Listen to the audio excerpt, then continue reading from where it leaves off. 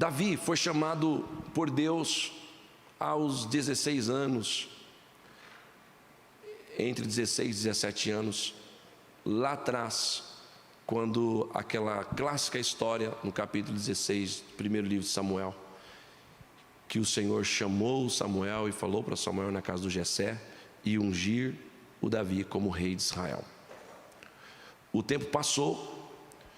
O Davi, ele era alguém que caminhava junto com o rei, o então rei de Israel, conhecido de todos nós como rei Saul. O Davi caminhava junto com ele. O Davi era obediente a Saul. A despeito de ele ser ungido rei de Israel, todavia ele respeitava aquele a quem estava com o poder na mão. Você não encontra em lugar nenhum na Bíblia o Davi querendo matar Saul.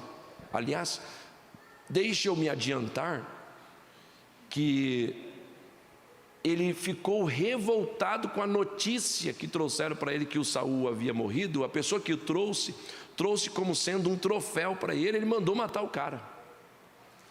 Tal era o respeito que ele tinha pelo Saul, tal era a submissão que ele tinha sobre esse rei Saul. Bom, quando Saul descobre que Davi havia sido ungido rei de Israel, ele começa um certo ciúmes, o que era passivo que acontecesse. Então ele é o rei de Israel, só que Deus havia rejeitado já Saul, porque Saul havia desobedecido ordens vindas de Deus. Logo, quando ele desobedece ordens vindas de Deus, se levanta outro. Deus acha por bem escolher outro que irá obedecê-lo e fazer segundo a sua vontade, que esse então era o Davi. O Davi caminha junto com o Saul, vence Golias, que essa guerra não era do Davi, aparentemente não era o Davi que deveria se meter nesse negócio. Quem deveria se meter era o próprio Saul, que ele era o rei, o então rei, que a guerra era contra os filisteus, e aparece então o Golias. O Davi não consegue ver o desafio do Golias contra Israel e ficar sem fazer nada, e ele toma uma atitude e vai para cima. Quando ele então vence o Golias, o nome dele já é um pouco mais impulsionado em meio à nação. Cada vitória que esse jovem Davi tinha era a vitória que incomodava o Saul.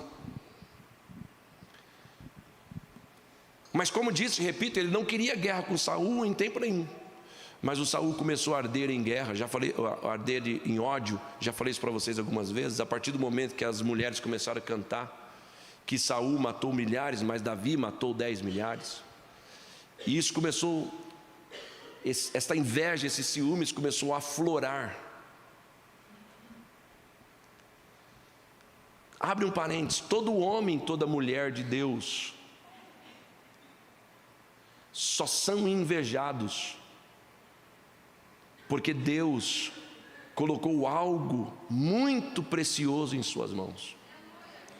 Ninguém que segue ao Senhor e que obedece os preceitos da sua palavra, que é invejado somente porque a pessoa olhou para você e falou: não, eu estou invejando ele porque é só bonito, ou é só bonita, ou é rico, ou é isso, ou fala bem. Não.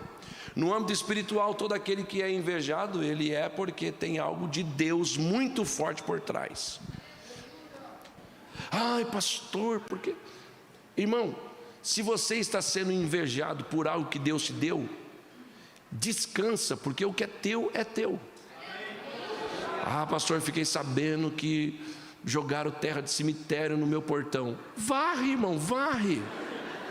Varre, não tem problema, vai lá e varre a terra do cemitério. Ah, pastor, não pode derrubar, só vai te atrapalhar. Pode pegar a terra do cemitério e jogar uma caçamba, um caminhão lá na porta. Não vai acontecer nada com você. Quem está comigo? Amém. Não vale nenhum encantamento contra você, irmão. Ah, pastor, fizeram um trabalho forte aí, pegaram um sapo e colocaram meu nome na boca do sapo. problema é do sapo de quem colocou, irmão. Se você está firmado em Cristo, não vai pegar não, irmão. Ah, porque o invejoso está me secando. Só vai emagrecer, só. Não vai nada. Vamos lá. O Saul tinha muita inveja do Davi, daquilo que Deus havia dado para ele. Quem foi que deu a unção a Davi? Quem deu? Deus. Então ele estava com inveja da unção que fora dada por Deus.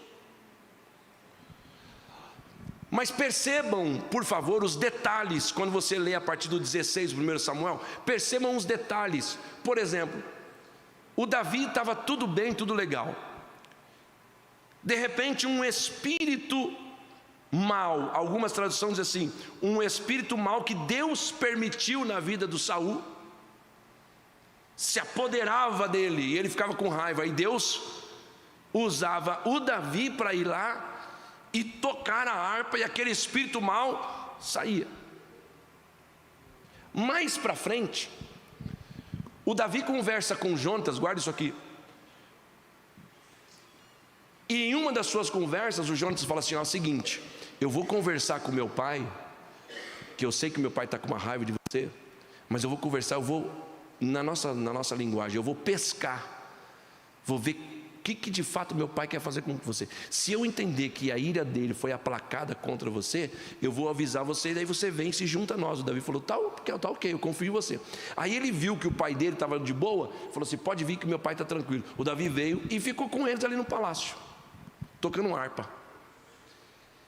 O texto diz, e veio um espírito mau da parte de Deus, ou permitido por Deus, e tomou Saul. Sabe o que o Saul fez, irmão? Pegou a lança e jogou no Davi. Se o Davi não desvia, a lança ia cravar no peito dele e colar ele na parede. Ora, se fosse eu e você, o que é que nós íamos pensar de Deus? De Deus, o Guto, não é nem do Jonatas, é de Deus. Queria que você começasse a pensar, porque eu vou falar um pouquinho sobre esse negócio. O que nós vamos pensar de Deus? Porque hoje existem algumas pessoas que têm culpado Deus à revelia. Ora, o Senhor me chamou, me ungiu, eu não estou fazendo nada contra esse cara, e esse cara quer me matar. Aí, é aquilo que eu já preguei para vocês e insisto em dizer, mas quem estava por trás daquela flechada? Quem estava por trás? Quem? Deus. Não era o diabo, era Deus. Mas para quê? Para o Davi entender que não dava para ele ter aliança com Saul.